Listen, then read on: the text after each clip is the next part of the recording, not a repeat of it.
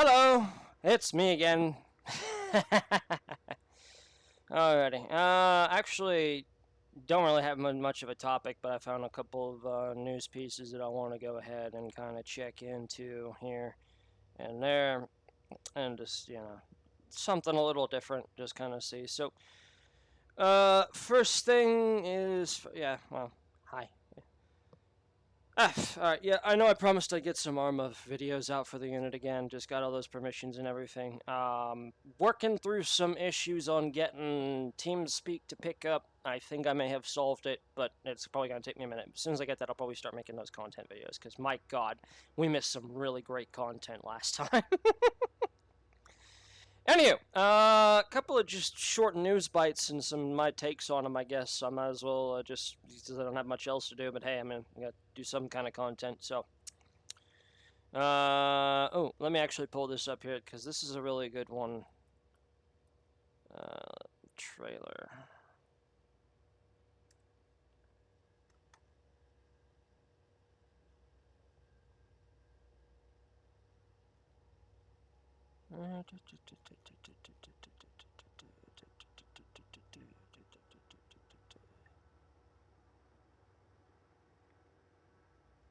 Hold on a minute, let me kill this audio here, make sure it's the right one.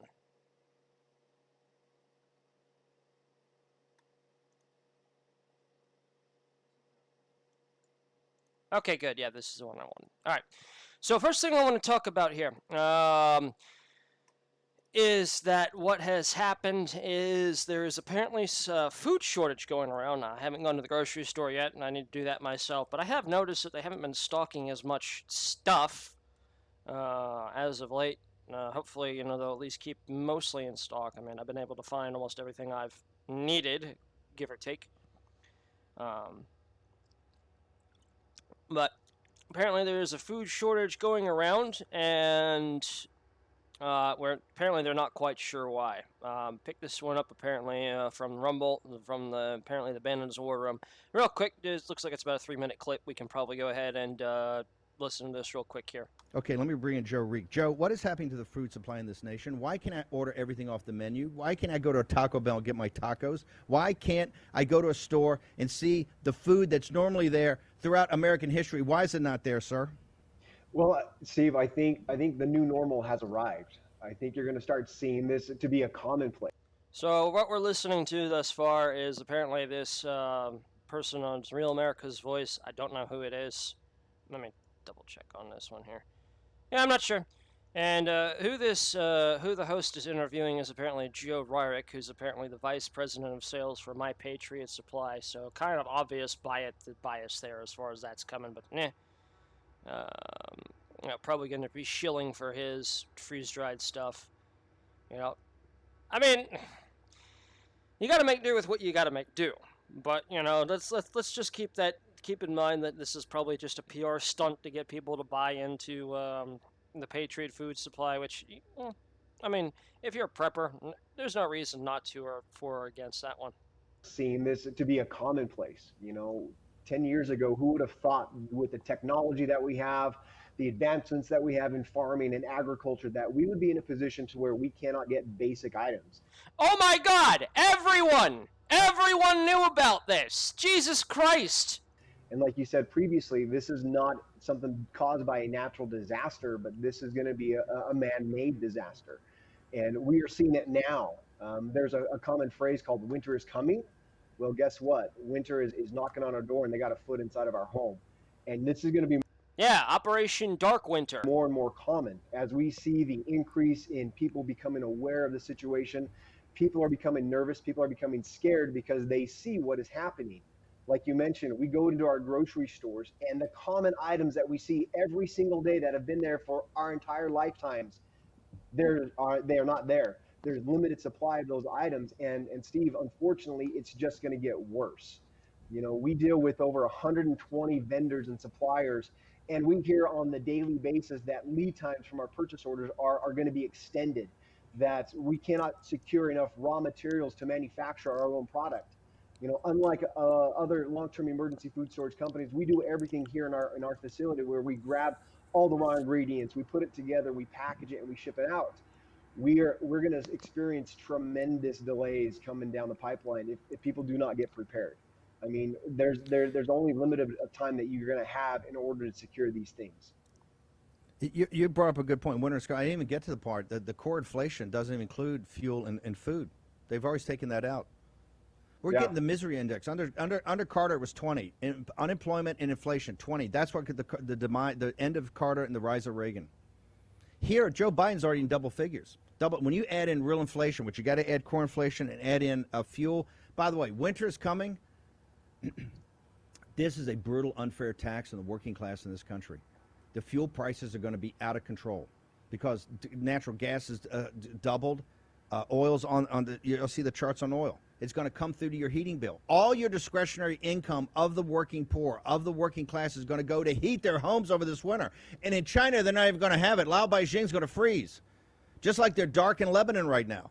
This is because of the half-baked ideology, the medieval theology that is Green New Deal. Who can even know the complexity of it? Who even knows? But let's just shut everything down. Let's decarbonize and just try something else. Ask the people in Lebanon how that's working out for them. Ask Lao Beijing in China this winter when they're freezing. Ask that how they're working out for them. And the American people the same way. So, Joe, you have 120 vendors. You're already, I want this because people have to understand these supply chains are quite complicated, right? This is what the Biden regime has blown up. So your vendors right now are telling you to get ready for shortages that they're not going to be delivered on time? Yeah, I mean, we've had purchase orders into some of these major producers, these major suppliers of our product, because we have noticed that this is coming. We have been preparing and we've been trying to educate people that this is coming. This is what I wanted to have Joe Reek on. The guy, and they're always laughed and mocked at, right? And I've never been a prepper, but they're always laughed and mocked at the preppers. And here's the thing: they think the farthest down range of anybody. They're telling me, "Hey, Steve, guess what? We're going to get crushed because our vendors in the supply system." Okay, we take a short break. All right. Now, the real honest truth is that we have actually known that this shit was coming. We knew about it, and apparently nobody's done anything. You want to know why? All right, take a listen to this trailer from Tom Clancy's The Division that released back in 2011 or 2012. I don't recall when it was.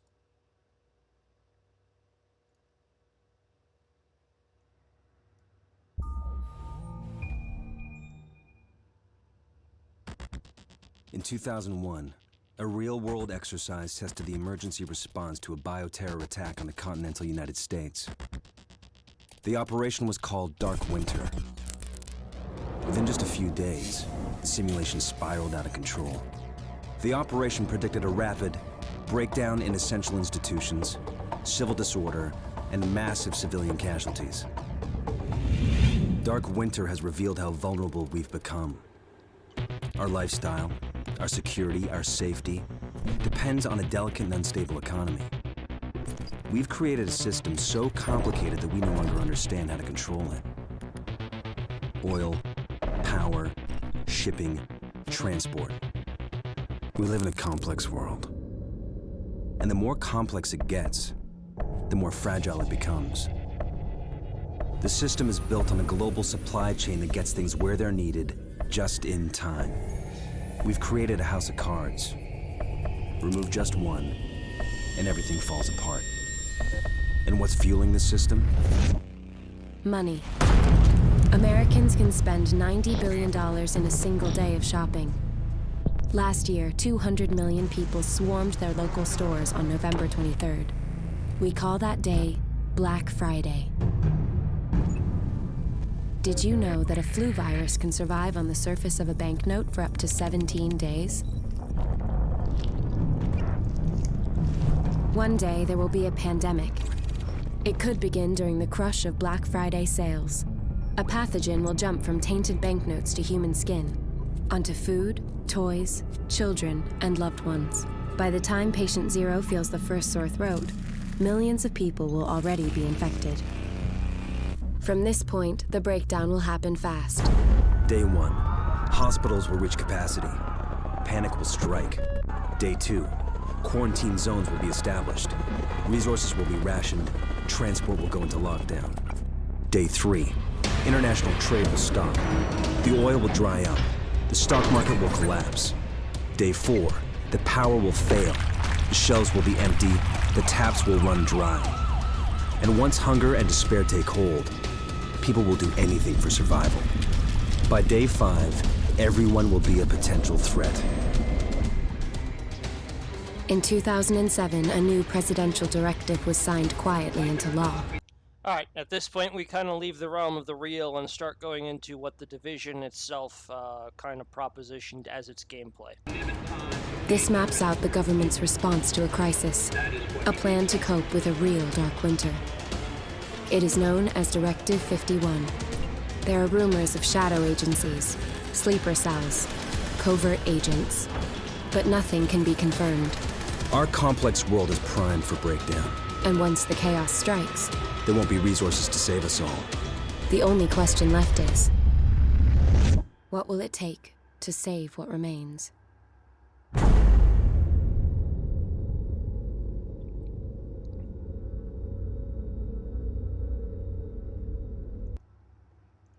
Alright, that can be some pretty scary stuff.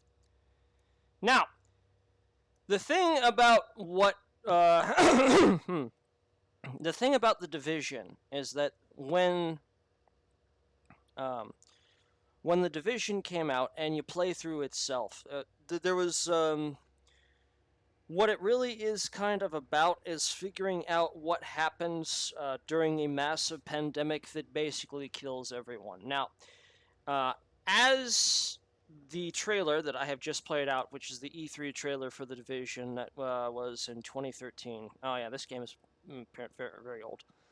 The thing to understand about Tom Clancy, the series, the books, the games, everything in the series, the events are usually fictitious. But here's the thing. A lot of the situations that are in these books and games are very real and actually happened. Operation Darkwinter in 2001 was a real simulation. It actually happened. And what they did is they just kind of simulated what a smallpox contagion would spread like this. I doubt anybody was actually infected with smallpox. It was probably a bunch of computer models, or they kind of did something like, okay, you came in contact with somebody, we're going to dab you with a colored marker and say, all right, you're now infected with this marker. You're going to go around and dab everybody that you've come in contact with. And by the time all was said and done, within 2 weeks, by the time, as they said, patient 0 first started manifesting symptoms, they had probably already gone around and marked everyone. I don't know how it was actually carried out, but Darkwinter was a real thing.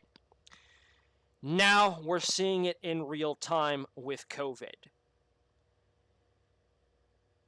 Operation Darkwinter has actually been a self-fulfilling prophecy, and it has shown exactly how bad things have gotten. Now, the fictional virus in the Division is several 100,000 times far more lethal than COVID-19 has ever been. The death toll that COVID, that has caused right now, even the infection rates for COVID are nowhere near the scale of the virus that was depicted in the Division. That one killed almost everybody who came in contact with it. COVID, as we've noticed, even me just kind of crunching the numbers from the CDC, the actual death rate of COVID compared to the total population of the United States is barely even 10%. It's less than that. I think it's maybe 0.3%, give or take. So in the grand scheme of things, it's really not that bad. Now, don't get me wrong. Any sort of runaway virus can be a breakthrough. But for the most part, it's been mostly survivable. Now, not the same with this fictional virus. That was a 90% fatality rate. Bodies everywhere out the wazoo. You hear people talk about, mass graves, mass burnings, in third world countries and whatnot. That was happening in the United States as far as the background of the Division was going. So already, just to kind of give you a bit of perspective on how different things are. When it comes to the division itself, that one showed what happens when an actual lethal virus rips through the U.S. population. And everything up to the point that I mentioned in regards to where it starts to get into the fictional realm of the division, when they actually started creating all those shadow agencies and whatnot, all of those simulations are true and real as to what's been happening. Now, it has not been happening as fast as the Division trailer makes it out to be, but then again, remember that this virus is several hundred times more survivable than the virus that ravaged the Division. That one, yes, because it was so virulent and so quickly and so happened to happen and so lethal that, yeah, the simulation where it starts talking about everything going into lockdown, drying up, and everybody becoming a potential threat by day 5, if COVID was that lethal, that time frame might have been feasible. Because it's not, we're seeing a much more longer, slower, dragged out slowdown. And it really shows the dangers of trying to go global like this, like trying to specialize in areas just can't support themselves anymore. So, that's where we're at. And we have,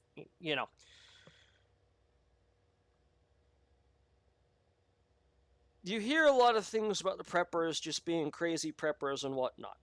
Everyone, I think, can remember Buttcoin. Toilet paper just flying off the shelves and nothing being there again. And nobody was really, doing... everyone was just panic buying everything. But we're seeing real problems right now. Is that... enacting my First Amendment rights here. The current administration did not look far enough ahead into what it is they were doing when it came to the lockdowns. And then, as that video said, with the whole Green New Deal and basically trying to go, cold turkey, shit's gonna be fucked, yo.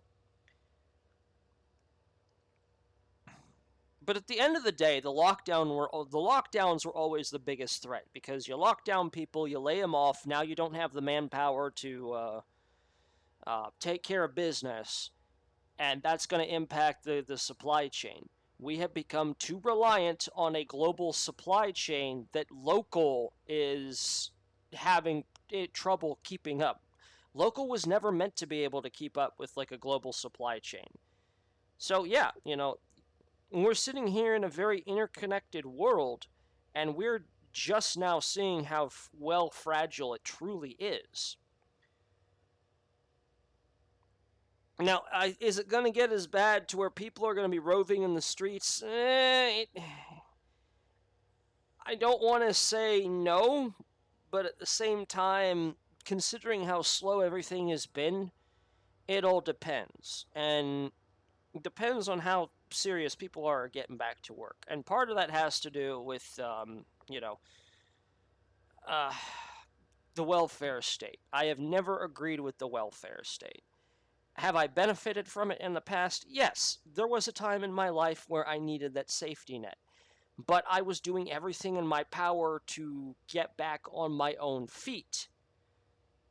And so I was on welfare for the better part of a year, but eventually I got off it, and now I am working to support myself once again. And if I had people, if I had a family, I'd be working to support them as well. I don't, so that's where we're standing from.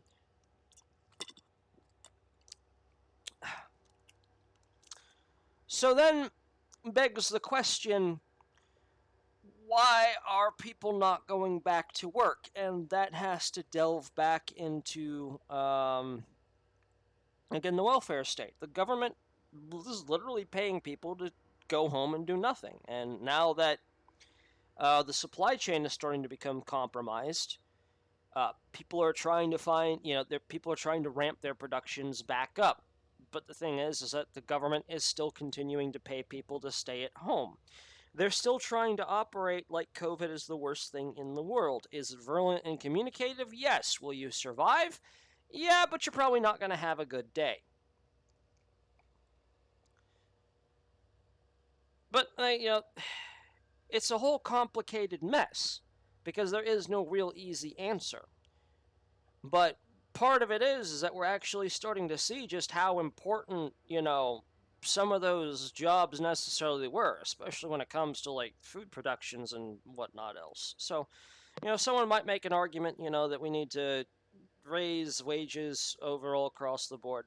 I don't think that mandating a minimum wage is really going to help. It's just going to drive prices else up there. But I do think that one thing that we Americans need to be ready to accept is having to pay more for our stuff. Because, yes, the global supply chain made things a lot easier, especially when we had the manufacturing. And we're actually starting to see that problem now. China is cutting off its nose to spite its face with Australia, so China doesn't even have the ability to be the world's manufactorum anymore. Like, the factories that are producing all of our cheaply made, all the goods that we get for cheap because there's just so much of it, that's not going to be there anymore, which means we're going to have to figure out how to go back to producing stuff locally. We can't rely on the global supply chain anymore. And of course, that's going to be an initial investment into and of itself because they moved all the manufacturing away from China. And considering the energy, the ongoing energy crisis that it is now, because thanks to everybody going green, and green technology isn't ready to take over cold turkey from coal, oil, and gas yet. This goes to show you just how short-sighted the progressivists really are. It should terrify you. And if you are a progressive, you should realize that this is what you voted for. This is what you said you wanted when you said you wanted Trump out of office. You voted Orange Man bad, so what did you do? You voted in a crisis. This is on you. You're the ones who said you wanted to go green and go cold turkey carbon.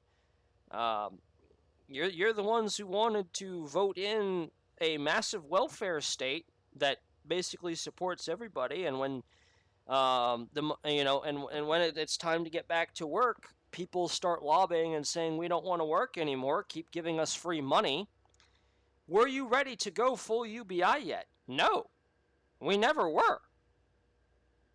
Because we were still reliant on a global supply chain. And now that that's been disrupted thanks to this lockdown and all sorts of other things that's going in there, we got to figure out how to get back to producing locally. And that's going to, because of all the manufacturing and everything else has left the United States, we don't have that capacity anymore, meaning that people will need to basically reinvest in rebuilding from the ground up. Would it be good? Yeah, you might see a revitalization in some particularly dead manufacturing towns and whatnot that have basically died out because the plants and whatnot shut down because all the business got shifted to China. Why? Because we all wanted our cheaply made goods. It's going to be some growing pains to kind of get back to normal. And we have to be kind of, I suppose, ready to accept that. The age of the cheap, the age of cheap stuff is coming to an end. It's a very terrifying time, I know, but I'm pretty sure we can get through this. All right, going into now, there's another video that another thing that I wanted into now. This one actually came from, looks like the Business Insider. I read it from its SS. Let's see. A Pentagon official said he resigned because U.S. cybersecurity is no match for China, calling it kindergarten level.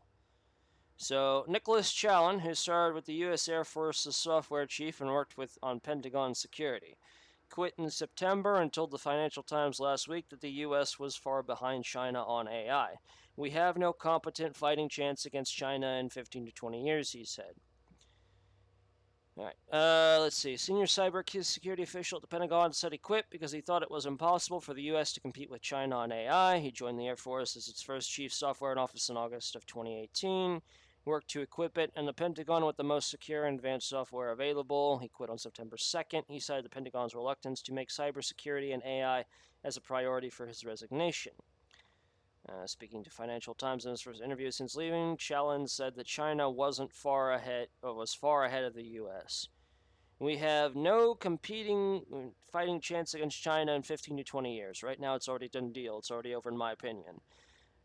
Challians went on to say that the AI capabilities and cyber defenses of some government departments were at a kindergarten level. A number of U.S. departments have been subject to hacking attempts and ransomware. April 2020. U.S. Treasury, Department of Homeland Security, State Department, Department of Defense were compromised in the SolarWinds hack. I haven't heard anything about that. That's interesting. Hackers were able to spy on digital activities of the staff and access some emails. Told Financial Times that U.S. security was being compromised by Google's refusal to work with the Pentagon on AI. Google had stopped working with the Pentagon in 2018 after 12 employees quit over a project where Google helped the Pentagon make software that could improve the accuracy of drone strikes. All right, I'm going to call out these 12 employees and ask what the fuck is wrong with you? Seriously, what the fuck is wrong with you? What is wrong? It can't really just be some anti-war propaganda. This is utterly bullshit. Better accuracy is always good. Because the last thing any soldier really wants is to cause collateral damage, unless that's the intent. But for the most part, especially when it comes to things like computer-targeted artillery and drone strikes, yes, we want them to be as accurate as fuck. We want to minimize collateral damage. The best thing that you can do is hit the target that you want to target and not have to worry about anything else. Like, case in point, if you've got like a military base next to a hospital and you at war with that individual, you want to be able to hit the military base and not do any damage to the hospital. Having like laser-guided artillery with smart shells that can literally hit within a millimeter of a target and ensure that you hit only what you mean to hit that's what everybody wants. And this is like the first thing they teach you when it comes to basic firearms handling, is that the first thing you do is you do not point that weapon at anything you do not intend to shoot. That's like rule number 1. And that goes for any weapon system on any platform. Accuracy is good. Better accuracy is everything else. These 12 employees should have been ecstatic to work on this project, because it means that they would have ensured that, collateral damage would not happen in these drone strikes anymore. All right, moving on. China Challenge said private cyber and AI companies were at Beijing's beck. Yeah, that's kind of the case. It's China. Everything is owned by the state. Everything is mandated by the state. Everything goes to the state's whims. That's how communism works. It's how socialism kind of works in a nutshell, too. China is aiming to becoming the leading AI superpower by 2030, and a March report from the National Security of Artificial Intelligence said that the U.S. was not prepared to defend the United States in the coming artificial intelligence era. It said it didn't matter whether the U.S. spent 3 times as much China on defense because it was being allocated in the wrong areas. I was frustrated by Pentagon's reluctance to commit to cybersecurity. I am just tired of continuously chasing support and money to do my job. My office still has no billet and no funding this year and the next. Challen told the Financial Times that he plans to testify to Congress about the threat posed by China. Pentagon did not immediately. I might actually try to follow this story a little bit more, because I'm very interested. But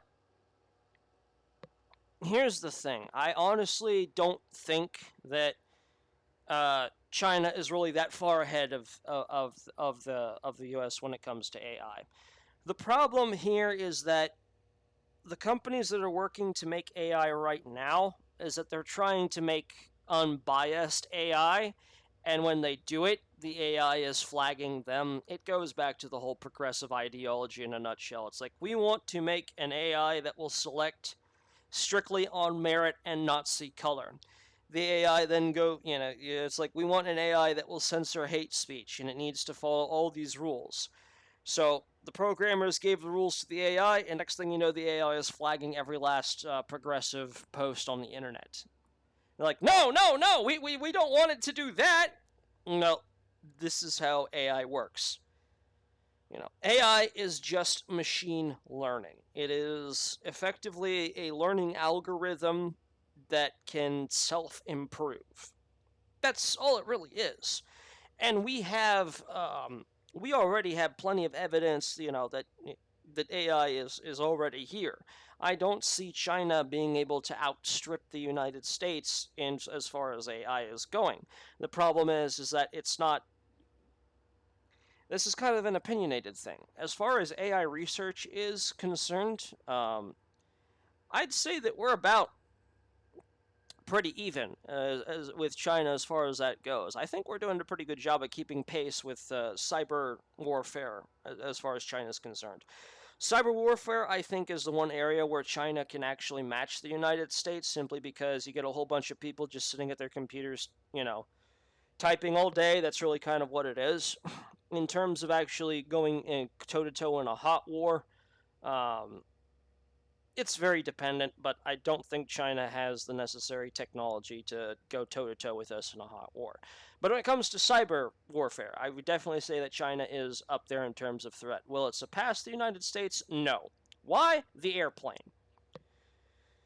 See, while this person is frustrated, and I can understand their frustration, I don't think that China can outstrip the United States as far as AI research going. Because reason why? The progressives are trying to press the whole AI angle for, their own nefarious ends, censorships, and whatnot else. And if China were to ever become a serious threat and kind of go into an active cyber war with the United States, that research for, hate speech AI is going to get repurposed very quickly for warfare, and we're going to catch up to them very quickly. The same thing happened with the airplane. The airplane was developed more for domestic transportation use. It was developed, I think, in 1919. Maybe earlier. All I know is that the airplane it was 1910. Okay, it was somewhere in the very early 1900s, I know that much. I know it was before the Great War. Why? Because as soon as the airplane was invented, it was immediately adapted for World War I. World War I is where you get the stories of the Red Baron and all those other World War I flying aces and whatnot. Yeah, people might not necessarily think that, but yeah, that's where the story of Germany's the Red Baron comes from, is World War I, and the biplanes and triplanes that were used to fight in that war. And air power basically almost changed the tide. Yeah, World War I was trench warfare, but in the skies it was a very different story. And yes, there were aerial battles in World War I, because the airplane was quickly adapted from a domestic transport into a war machine. The ability to scout out, bomb your enemy from the skies, aerial dogfights and whatnot. This is the start of it all. World War I. And it's because of that, and the fact that we are aware that the progressives have been trying to create a hate speech AI that goes around and censors everything, that I don't really think that this person... I think he's given up too easily. Yeah, China's a threat when it comes to cyber warfare. I think that's the one place they can definitely match the United States. But for this person to just give up this easily... Dude, come on. I mean, I'm Army, so the chair force being a bunch of weaks and cowards that just hide inside and eat 5-star restaurants all damn day, the meme is real. But, I mean, seriously, he shouldn't have given up that easily. is if you really believe that it's that much of a threat, you got to press that fight. You got to keep it going. All right. I think that's all that I've got for the time being. Yeah, I'm still working on the issues there. I'm working on the ARMA stuff. I'll get it figured out. We'll get that taken care of. I think I've got an idea of what I need to do. Beyond that, though, so this is just a couple of news bites to kind of keep the channel going. Other than that, otherwise, I'm probably just screaming into the void about this whole thing. And I will see y'all again another time.